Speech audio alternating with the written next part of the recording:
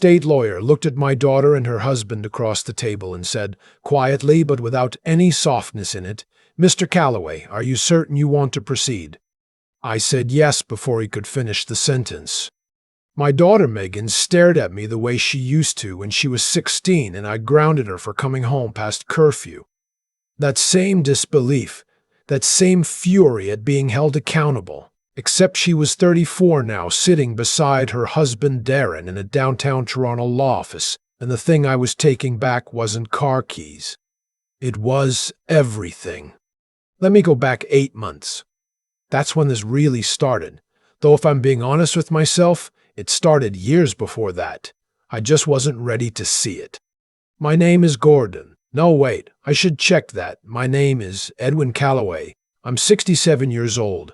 I spent 31 years working as a structural engineer for a firm in Mississauga before I retired at 63 with a pension, a modest investment portfolio, and a house in Burlington that my wife Patricia and I had paid off long before she passed. Patricia died of ovarian cancer 6 years ago. That's a loss I don't talk about much because there aren't words adequate to it. But it's important context for what came next, because grief does something to your judgment. It makes you want to hold tightly to whatever family you have left. And Megan was all I had left. She and Darren had been married 9 years. They had a daughter, my granddaughter Lily, who had just turned 8. They lived in a semi-detached in Oakville that I had helped them buy. Not a small contribution. I put in $140,000 as a down payment when they were short and the market was moving too fast to wait. They said they'd pay me back. I told them not to worry about it. I meant it at the time. After that came the car. Darren's Jeep needed replacing and they didn't want to take on the financing. So I co-signed and ended up absorbing most of the payments when Darren's hours got cut at work. That was 4 years ago. After that came the monthly transfers. At first it was $800 here, $1,000 there, covering daycare when it got too expensive, helping with a property tax bill that had caught them off guard, groceries during a rough patch. By the time I retired, I was sending them $2,200 every month like clockwork. It had become invisible, just part of my budget. I told myself it was helping Lily. I told myself Patricia would have wanted me to. What I didn't tell myself, what I refused to look at, was that Darren hadn't had a rough patch in 4 years. He'd been promoted twice. Megan had gone back to work part-time at a dental office. Between the two of them, they were bringing in close to $110,000 a year, and I was still sending $2,200 every month. I found out about the Thailand trip the same way I found out about everything else in their lives, through Lily. She called me on a Sunday afternoon in February, excited, talking fast the way 8-year-olds do when they're trying to get all the good news out before someone stops them. "Grandpa, we're going to Thailand. Mom says it's going to be so hot and there's elephants and a beach and we leave in April and we're staying at a resort and Mom says it's the nicest place she's ever seen pictures of." I congratulated her, told her it sounded wonderful, asked her to send me photos of the elephants. I didn't say anything about the fact that 2 weeks earlier, Megan had told me they were financially stretched and asked if I could bump my monthly transfer to $2,600 for a few months while they caught up on some things. I had agreed. The new amount hit my account on the 1st of February. The Thailand trip, according to Lily, had been booked before Christmas. I didn't say anything. Not then. The cardiac event happened on March the 14th. I remember the date exactly because it was the same day the clocks went forward, and I remember thinking, lying on the kitchen floor with my left arm feeling like something was tightening inside it, that I had forgotten to move the clocks. Ridiculous thing to think. But the brain goes strange places when the body is telling it something is very wrong. My neighbor, a retired teacher named Frank who checks on me most mornings, found me when I didn't answer the door for our usual coffee. He called 911. The paramedics got me to Hamilton General in time. The cardiologist told me later it was a moderate heart attack. Not the worst outcome, but serious enough. Stent procedure. 3 days in hospital. 6 weeks of cardiac rehab. No heavy lifting. No stress. Reduced sodium. twice daily medications. Frank called Megan from my phone while I was in the ER. He told me later that she'd said, "Oh God, okay, I'll let Darren know," and hung up. She didn't call back for 2 hours. When she did, I was already out of the procedure and in a recovery room, and she spoke to the nurse on the unit, not to me. She came to visit on the second day. Darren did not come. She stayed for 45 minutes. I remember she was wearing her good coat, the winter one she'd bought last year, and she had her hair done. She told me I looked pale. She asked what the doctors said. She checked her phone twice while I was talking. When she left, she said, "I'm glad you're okay, Dad. Frank has your key, right? For when you get home?" I said yes. Frank had my key. She did not come back. I was discharged on March the 17th with a folder of instructions and a taxi voucher the hospital social worker had arranged because I'd mentioned I didn't have a ride. I rode home in the taxi, watching the snow-wet streets of Hamilton slide past the window, and I thought about what it meant that my daughter had a key to my house. But Frank, a man I'd known for 3 years over morning coffee, was the one who'd saved my life and arranged to pick up my prescriptions. The cardiac rehab started 2 weeks after discharge. 3 times a week I drove myself to the hospital and walked on a treadmill with electrodes on my chest and other people my age who had also been betrayed by their hearts. We didn't talk much. We didn't need to. There's a particular kind of solidarity in a room full of people who have all been reminded that they are not permanent. During this time, Megan texted occasionally. "How are you feeling? Did you start the rehab? Let me know if you need anything." The text had the rhythm of obligation. I replied politely. I didn't tell her I needed anything because I'd already understood that she wouldn't actually come. The Thailand trip happened in the second week of April. Lily called me the night before they left, excited again, telling me about the snorkeling in the hotel pool and the elephant sanctuary. I told her to take lots of pictures and be good for her parents. After she hung up, I sat in my kitchen for a long time. I was 8 weeks out from a heart attack. I was doing the rehab. I was managing. But there are moments when you realize that managing and being cared for are very different things, and the distance between them is where loneliness lives. I called my lawyer the next morning. His name is Douglas Park. I've used him for years, and he is not a dramatic man, which is part of why I trust him. I told him what I wanted to do. He asked me twice if I was sure. I said yes, both times. I changed my will, the house, the investment portfolio, the RIF, the TFSA. Everything went to a trust for Lily, with conditions on how it could be accessed, administered by Douglas and a financial trustee, not by Megan or Darren. I left Megan the token amount, not nothing, because Patricia would not have wanted nothing, but not what she'd been expecting. Then I canceled the monthly transfer. I also wrote Megan a letter, not an email, a letter handwritten, which I sealed and left with Douglas with instructions to deliver it only if she asked why the money had stopped.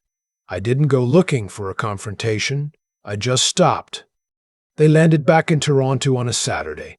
The transfer that was due on the 1st of May did not come. Megan called me on May the 4th. I let it ring. She called again. I let that one ring too. The third time I answered. "Dad, did you forget the transfer? It didn't come through." I didn't forget. Silence. What do you mean? I mean I stopped it. I've been sending that money for years, Megan. I think it's time it stopped. Another silence, longer this time. "Dad, we count on that money. You know we budget around it." I know. That's part of the problem. I could hear her composing herself, the particular quality of quiet that happens when someone is trying to decide whether to be hurt or angry. She chose angry. "You're doing this because I didn't visit enough when you were in the hospital. That's what this is." "You visited once," I said, "for 45 minutes. Your neighbor found me on my kitchen floor." "Frank is not your neighbor, Dad. He's just, you barely know him." "He saved my life." He picked up my prescriptions. He drove me to my first 3 cardiac rehab appointments because you were busy. I kept my voice even. I had thought about this conversation for weeks.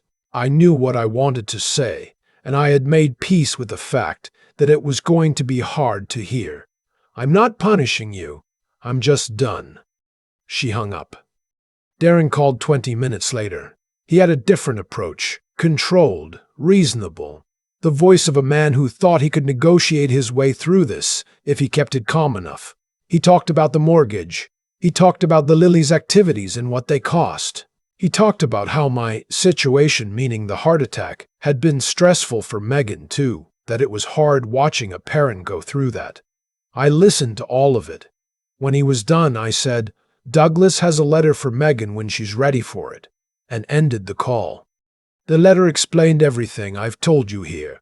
The transfers, the down payment, the car, the cumulative amount, which I had calculated over the 9 years of their marriage. I had given them in various forms, somewhere in the range of $380,000. I wrote it without bitterness. I wrote it the way you write something you want to be accurate, not cruel. I don't know if she ever picked it up. Douglas hasn't told me, and I haven't asked. What I know is that 11 days after I canceled the transfer, I had 41 missed calls on my phone. Not all from Megan, some from Darren, some from a number I didn't recognize that turned out to be Darren's mother, who apparently felt it was appropriate to weigh in. The voicemails progressed in a direction you can probably predict. By the 6th or 7th one, Megan was crying. By the 10th, she was not. I listened to all of them, then I saved them to a cloud folder and deleted them from my phone. The following weeks were the quietest I'd had in years. I don't mean peaceful, I mean empty in a way that takes some getting used to. I'd structured my retirement around a version of my family that apparently existed more in my head than in reality, and dismantling that structure is not a clean process. I had good days and bad days. On the bad days, I drove to Patricia's grave in the cemetery out past Aldershot and sat there for a while. She would have had things to say about all of this. She usually did. The financial picture, once I'd canceled the transfer, was clearer than it had been in years. $2,200 a month is $26,400 a year. Added to the pension and the investment income, I was more than comfortable. I started putting aside money for Lily's education directly into a separate respart I controlled that I'd add to on her birthday and at Christmas. For her, not filtered through her parents. Lily herself called me every Sunday, which she'd been doing since she was 5, and which no adult in her life had ever stopped. She was the constant in all of this. She told me about school and about a hamster her class had adopted and about a book she was reading. She didn't ask about the money. She didn't know anything about the money. She was 8 years old and she was just calling her grandfather because she always called her grandfather on Sundays. That was the thing nobody else in this story understood. That's all I ever actually wanted. In early June, I got a letter from a different lawyer. Not Douglas, someone I didn't know. Megan and Darren were contesting the will. The legal basis was a concept I'd never heard before. They were claiming I had lacked capacity when I made the changes, that the cardiac event had compromised my judgment. They had attached a letter from a doctor. I didn't recognize the name, supporting this position. I called Douglas. "How do they want to play this?" I asked. "Aggressively," he said.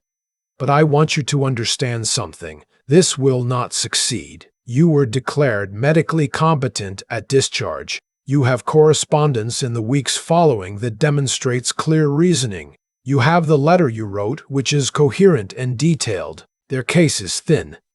Can we countersue for legal costs if we win? We can ask for it.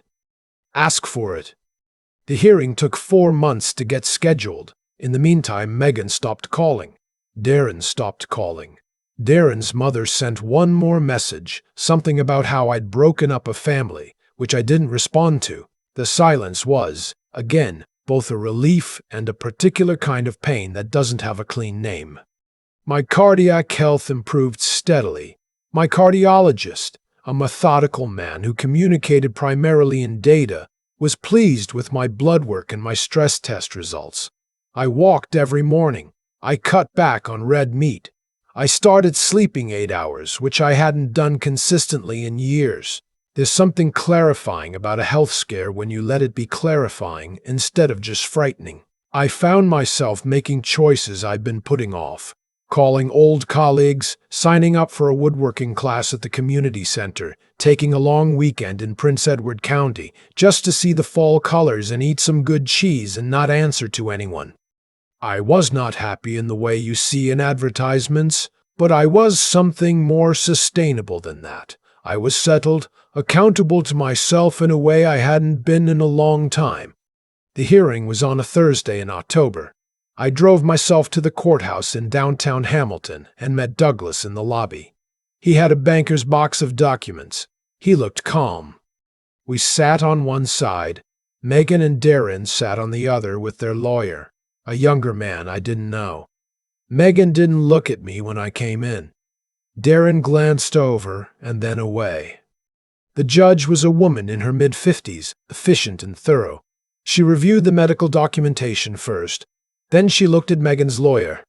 Counsel, your claim is that the testator lacked capacity. On what basis, given that the discharge summary explicitly states he was medically cleared and cognitively intact? Your Honor, we submit that the psychological impact of the cardiac event. The psychological impact, not a psychological assessment, not a psychiatric opinion. Is that correct? A pause. The letter from Dr. This letter is from a general practitioner who examined your client's father on one occasion, 8 weeks after the cardiac event, for an entirely unrelated matter, and who noted in passing that the patient seemed anxious. That's your evidence of incapacity? Another pause. Your Honor, Megan's lawyer said, there's also the matter of the change distribution, which appears to significantly disadvantage the testator's only daughter. He's alive, the judge said. We're not distributing anything. We're determining whether he had the right to structure his own estate as he chose. She looked at the documentation again. Then she looked at me directly, for the first time. Mr. Calloway, you changed your will approximately 3 weeks after your cardiac event. Walk me through your reasoning at the time. I had prepared for this. I was discharged from hospital without a family member present, I said. My recovery was managed almost entirely by my neighbor. During the 6 weeks of cardiac rehabilitation, my daughter visited me twice, once at the hospital briefly, and once at my home approximately 5 weeks after discharge, when she needed to pick up something Lily had left there. I had been sending my daughter $2,200 a month for 4 years, which by that point was no longer necessary given her household income. I concluded that I had structured my finances around a version of my family relationships that didn't reflect reality, so I changed the structure. The judge looked at Megan's lawyer. That sounds like capacity to me. Your Honor, the application is denied. She set down the file. Furthermore, Mr. Calloway's counsel has requested costs. Given the basis on which this application was filed, medical evidence that doesn't meet the threshold, characterization of a competent adult's lawful decisions as pathological, I'm awarding costs of $15,000 to be paid by the applicants within 90 days. Megan's lawyer started to say something. We're done, counsel. In the parking lot after, Douglas shook my hand. That went about as well as it could. They don't have $15,000, I said. No, Douglas agreed, which creates further consequences I'll keep you apprised of. I drove home on the 403, watching the October light flatten across the escarpment. My phone had messages already. Darren, then a number I didn't recognize. I turned on the radio instead. CBC was running a documentary about migratory birds. I listened to that the rest of the way home. The $15,000 became a lien on the Oakville semi-detached since they couldn't pay it within the 90 days. Darren's parents apparently offered to cover it and then withdrew the offer after a family argument I was not privy to.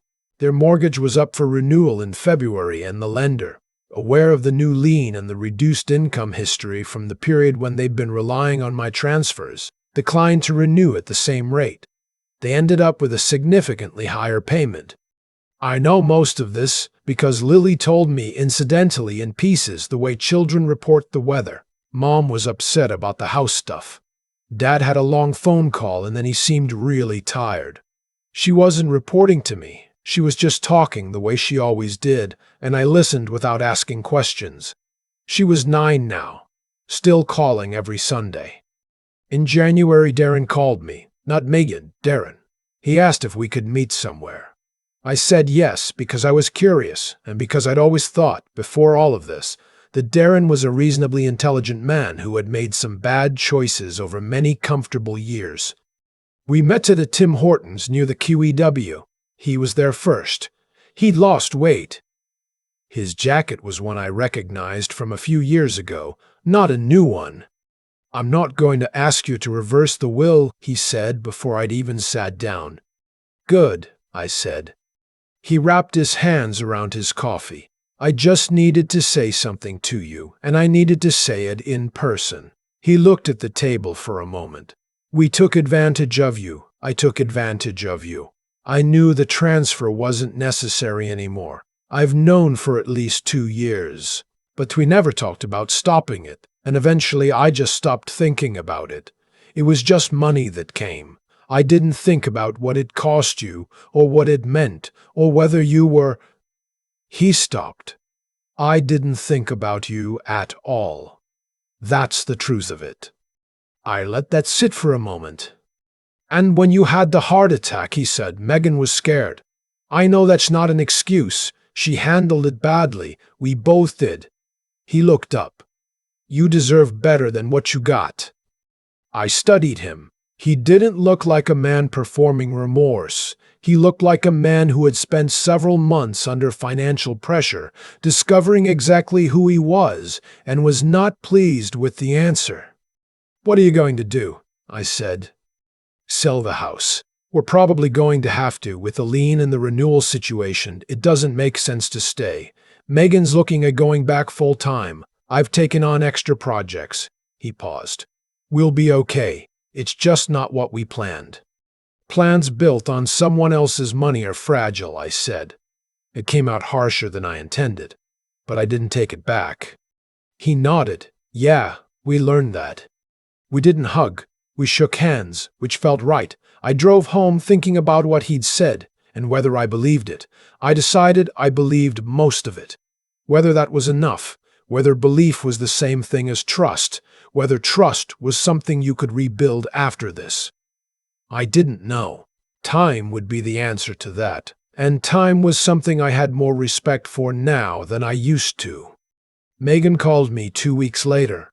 Not a text, a call, which told me she'd prepared herself. She was quiet at first. Then she said, "I know you're not going to change the will back." "No. I know I made it worse by trying to challenge it." "You did." A long pause. "I was scared when you had the heart attack," she said. I know I didn't act like it. But I was scared, and I didn't know what to do with that, and I didn't know it. I just didn't handle it." Her voice broke just slightly, then steadied. "I'm sorry, Dad. I don't know if that means anything at this point, but I'm sorry." I sat in my kitchen, the same kitchen where I'd fallen in March, looking out at the backyard where the snow was still on the ground. But the light had started to change the way it does in February. That first suggestion that the season isn't permanent after all.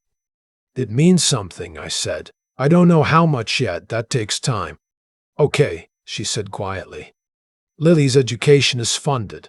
Whatever happens between you and me, she won't be short on that." I heard her exhale. "Thank you." "Don't thank me. That's for her." We talked for a while longer, not easily. There were silences that weren't comfortable and things that didn't need to be said yet, but we talked. That was something. In March, just past the 1-year mark from the cardiac event, my woodworking class held a small show at the community center where members could display something they'd made. I'd spent the winter working on a blanket chest, cherry wood, hand-cut dovetails, a piece of quiet craftsmanship that I'd always meant to learn and never made time for until now. The chest took 3 months. Every joint was something I had to figure out, every surface something I had to earn. When it was done, it was solid and clean and exactly what I'd intended, which is not something I'd been able to say about many things in the past few years. Lily came to the show with Megan. The house had sold. They were renting an apartment in Brampton now, which was smaller and further from the good school but manageable on their actual income. Lily ran across the community center to me the moment she spotted me, which she had been doing since she was 2 years old, and which never got old. Megan followed more slowly, hands in her coat pockets. She looked at the chest for a long time. "You made this? This winter?" "It's beautiful, Dad." It was. I knew that. I was allowed to know that. We stood there together, the three of us, around this thing I'd built out of patience and careful attention, and I thought about all the things I'd spent the last 30 years building that had turned out to be less solid than I'd thought. The chest would last 100 years if someone took care of it. I didn't know yet which of my other constructions would hold, but I was done building things on other people's behalf and calling it love. Patricia had known the difference, I think. She'd tried to tell me once, years ago, that generosity without boundaries isn't kindness.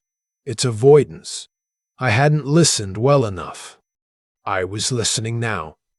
Lily slipped her hand into mine, the way she'd been doing since before she could walk, and said, "Grandpa, can we go see if they have cookies?" I said yes. Of course I said yes. We walked across the room together, and for the first time in a long time, I didn't feel like I was holding anything together. I was just walking. That was enough. There's a moment, somewhere in the middle of cardiac rehab, when you're walking on a treadmill with electrodes on your chest, and you realize that the life you were living before the heart attack wasn't actually working. Not the health part. The whole thing. The way you'd arranged your relationships. The expectations you'd let calcify without ever examining them. I gave Megan and Darren $380,000 over 9 years. I didn't do it because I was foolish. I did it because I confused providing with connecting, and I kept confusing the two long after the distinction should have been obvious. That's the part I had to sit with, the accountability that goes both ways. What Megan did, not coming, not calling, posting beach photos from Thailand while I was still in cardiac rehab, that was a failure of character. I don't say that to wound her. I say it because it was true, and because the honest naming of things is the only way I know to move through them. She made choices that revealed something about who she'd become, and the choices were hers. She'll carry the weight of them in her own way. But the pattern that allowed those choices to form over years, that was partly mine. I kept sending the money when it was no longer needed because stopping felt like withdrawing love, and I'd never done the harder work of separating those two things in my own mind. Patricia tried to tell me once. I wasn't ready to hear it. The intelligence it took to finally act, to call Douglas, to change the will, to write that letter and let the consequences land where they would, wasn't cleverness. It was something slower and more deliberate. It was finally being honest about what the numbers actually said, what the silences actually meant, what I actually deserved from the people I'd spent my life supporting. Clarity costs something. It cost me a year of difficult quiet and a relationship that I still don't fully know the shape of, but it was the right kind of cost. What I found on the other side of it surprised me. Not happiness exactly, not the uncomplicated kind, but a kind of steadiness that I'd been missing for years without knowing I'd lost it. I built a blanket chest out of cherry wood. I walked every morning. I answered to myself. That's not a small thing, at 67 after a heart attack. That's the whole thing. Darren came to that Tim Hortons and told me the truth without asking for anything in return. I didn't expect that. I still don't know entirely what to do with it. Megan called and said she was sorry, and the sorry had weight behind it, the kind that comes from someone who has lived inside the consequences of their own behavior long enough to understand them.